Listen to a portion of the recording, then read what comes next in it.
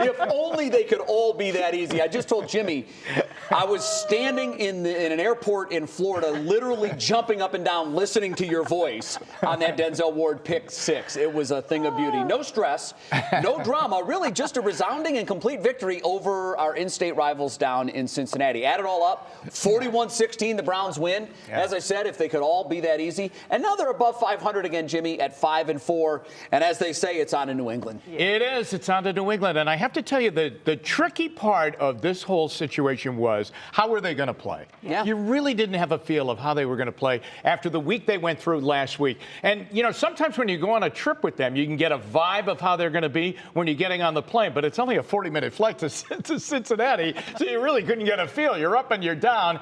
And you just wondered, were they going to be together? And how they were together. And I'll tell you what, the defense really came to play. But they really came to play.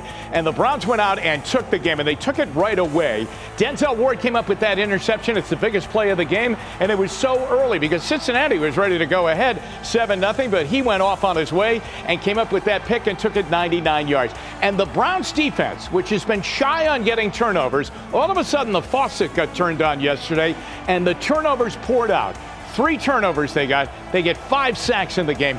3 from their defensive back, Troy Hill, and then the offense took over with explosive plays. All together, it was just a complete team victory, the one we've been waiting for all season long.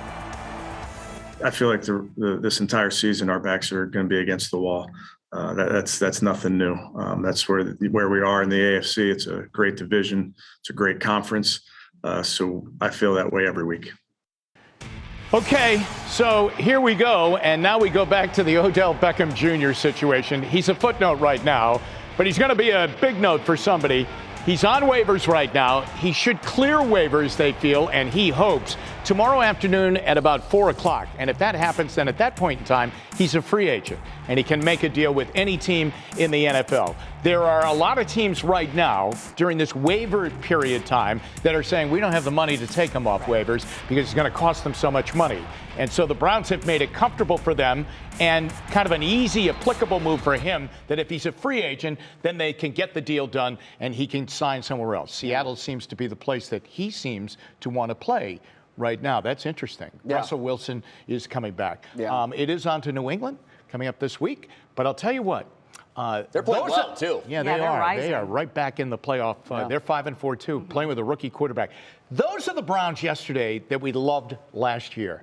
Those are the Browns that we loved last year. I mean, I love the way they played last year. They were so much fun to watch. They have not been fun to watch this year. I mean, they've been carrying a load, you know, on their shoulder, and they kind of unloaded that load, I think, during the middle of the week last week. Do you get a sense that there's some relief that this OBJ stuff is gone and out of the way now? Yeah, I really do. And a lot of people have wondered, what about Jarvis Landry? They're best friends. And they'll always be best friends. Yeah. Okay, I mean, their friendship is true blue, true purple and gold. Maybe down at LSU. Right, go Tigers. All right. Excuse me, I should have played that right away.